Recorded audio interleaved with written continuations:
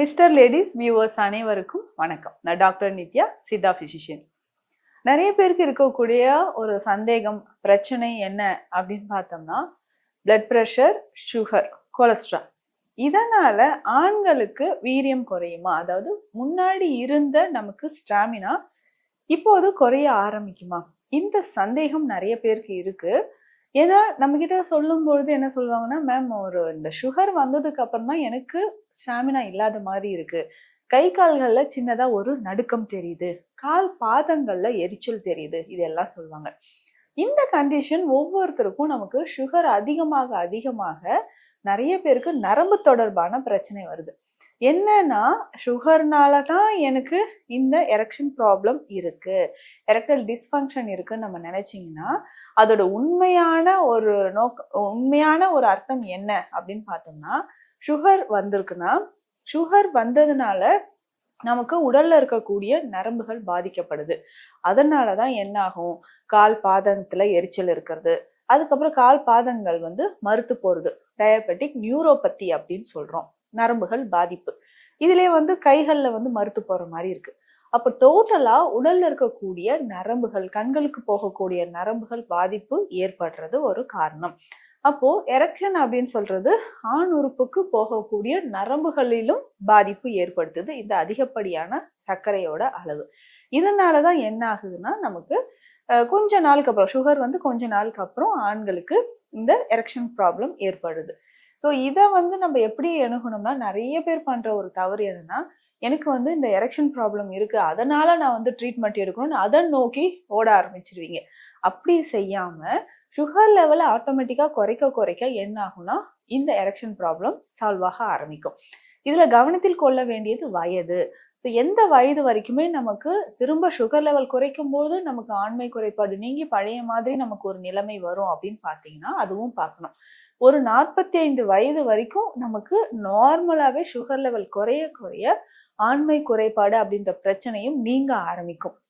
உதாரணத்துக்கு பார்த்தோம்னா, first baby இருக்கக்கூடிய நிறைய தம்பதிகள் 2வது குழந்தைக்காக நம்ம ரெடி ஆயிட்டு இருக்கிறோம். அந்த ஸ்டேஜ்ல இருக்கிறவங்களுக்கு இப்ப சுகர் வந்ததுனால எரெக்ஷன் ப்ராப்ளம் வந்துருச்சுங்கன்ட்டு நிறைய பேர் ஃபீல் பண்றீங்கன்னா, ஸோ அந்த வயதில் இருக்கக்கூடியவர்களுக்கு சர்க்கரை நோயை குறைக்கும் பொழுது நம்ம பிளட் சுகர் லெவல் குறைக்கணும். HbA1c நம்ம டெஸ்ட் பார்க்கும்போது அதை மெயின்டைன் பண்ணும்போது நார்மலாவே நமக்கு எரெக்ஷன் ப்ராப்ளம் சரியாகுதுன்னு சொல்லலாம்.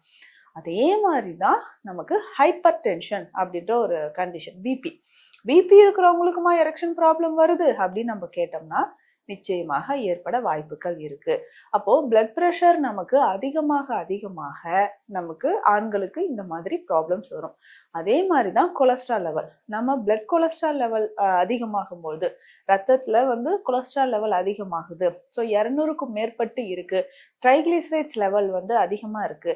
இல்ல எல்டிஎல் அப்படின்னு சொல்லக்கூடிய cholesterol level, bad cholesterol level அதிகமா இருக்குன்னா, நிச்சயமாக அவங்களுக்கு என்னன்னா இந்த எரெக்ஷன் ப்ராப்ளம் ஏற்படும். ஸோ எரெக்ஷன் அப்படின்னு சொல்றது ஆண்களுக்கு ஒரு நரம்பு தூண்டுதல் தான். உடல்ல அந்த ஹார்மோன் லெவல் அதிகமாகும் பொழுது, குறிப்பிட்ட அளவுக்கான அந்த ஹார்மோன் சுரக்கும் பொழுது என்ன ஆகுதுன்னா, நரம்புகளும் தசைகளும் நமக்கு கோஆர்டினேஷன் இருக்கணும். அந்த கோஆர்டினேஷன் தவறும் பொழுது, கொலஸ்ட்ரால் லெவல் இருக்கும்பொழுது, அதிகமாக இருக்கும்பொழுது தசைகளோட கோஆர்டினேஷன் அப்படின்றது குறையுது. அதனாலதான் எரெக்ஷன் ப்ராப்ளம் நிறைய பேருக்கு வருது. இதுல சில ஆண்கள் சொல்லக்கூடிய கம்ப்ளைண்ட் என்னன்னா, நமக்கு ஆணுறுப்போட சைஸே குறைஞ்ச மாதிரி இருக்கு. ஸோ இன்ஃபேண்டில் பெனிஸ் அப்படின்னு சொல்லுவாங்க, குழந்தைகள் மாதிரி சின்னதா இருக்கு. அதுக்குமே காரணம் என்னன்னு பார்த்தோம்னா, அளவுக்கு அதிகமாக நமக்கு கண்ட்ரோல்ல இல்லாத சுகர் லெவல் தான். அப்போ நிச்சயமாக நம்ம ரத்தத்தில் இருக்கக்கூடிய சர்க்கரை அளவை நம்ம குறைச்சிக்கிட்டே வந்தோம்னா, இந்த ஆண்மை குறைபாடு அப்படின்ற பிரச்சனை சரியாகும். இதனோட சேர்ந்து என்னன்னா, நிறைய பேருக்கு அந்த விண் அணுக்களோட எண்ணிக்கையில பாதிப்பு ஏற்படுறத நம்ம பாக்குறோம். அப்போ ஒலிகோஸ்பெர்மியா, ஏசோஸ்பெர்மியா இல்ல இந்த மார்பாலஜி மாற்றம் ஏற்படும் போது நமக்கு நிறைய பிரச்சனைகள் ஏற்படும். அப்போ மார்பாலஜி அப்படின்னு சொல்றது அந்த ஸ்ட்ரக்சரை தான் நம்ம சொல்றோம். அப்போ விந்தணுக்களோட உயிரணுக்கள்ல இருக்கக்கூடிய ஸ்ட்ரக்சர் மாறுபாடு ஏற்படும் பொழுது நமக்கு நிறைய பிரச்சனைகள் ஏற்படலாம். ஸோ இதை தொடர்ந்து நம்ம எந்த மாதிரியான சிகிச்சைகள், உணவு முறைகள், அணுகுமுறை எப்படி இருக்கணும்?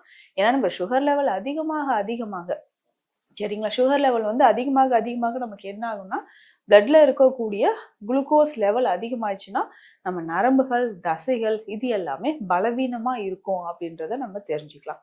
ஸோ இத கண்ட்ரோல் பண்ணணும். நம்ம உணவு முறையில் மாற்றம் கொண்டு வரணும்.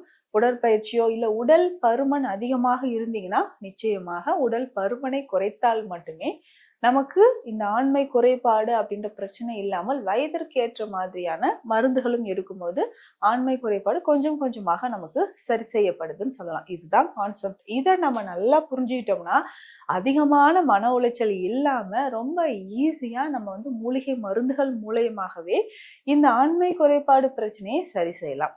அப்போ நம்ம உணவில் கவனம் செலுத்த வேண்டிய விஷயம் என்னன்னா, சர்க்கரை நோயும் கட்டுக்குள்ள இருக்கணும், பிபியும் நமக்கு குறையணும். அதே சமயம் கொலஸ்ட்ரால் இருந்துச்சுன்னா கொலஸ்ட்ரால் குறைக்கக்கூடிய உணவுகளை எடுத்து நம்ம அதை பேலன்ஸ் பண்ணும்போது கொஞ்சம் கொஞ்சமாக நமக்கு நல்ல ஒரு முன்னேற்றம் தெரியும்.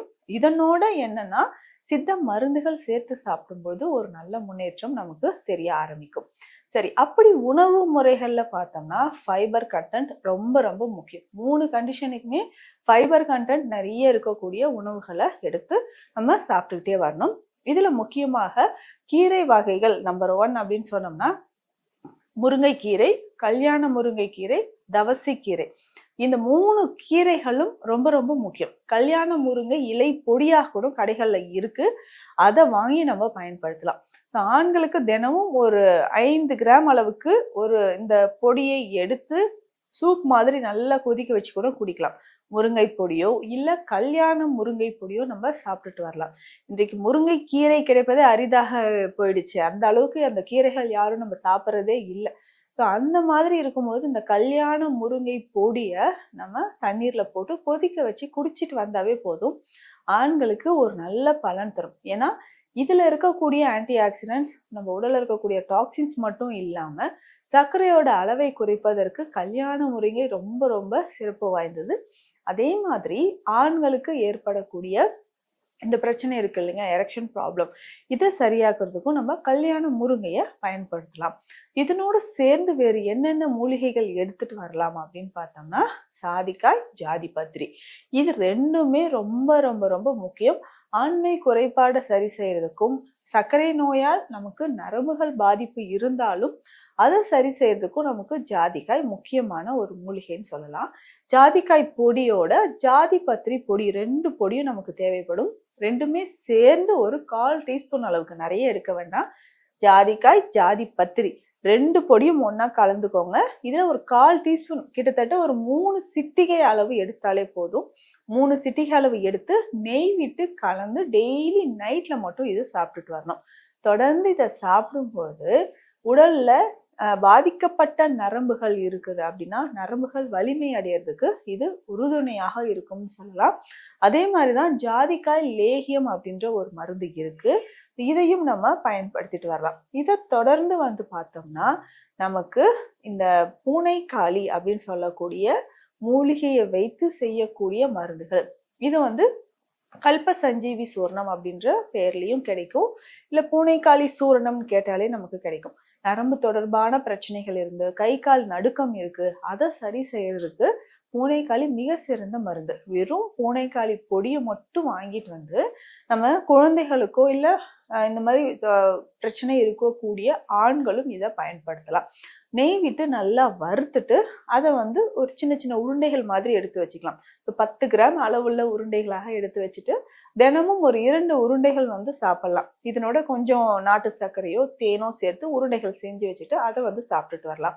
உடல்ல இருக்கக்கூடிய இந்த ஆண்மை குறைபாடு பிரச்சனைக்கு இது சரியான ஒரு தீர்வாக இருக்கும்.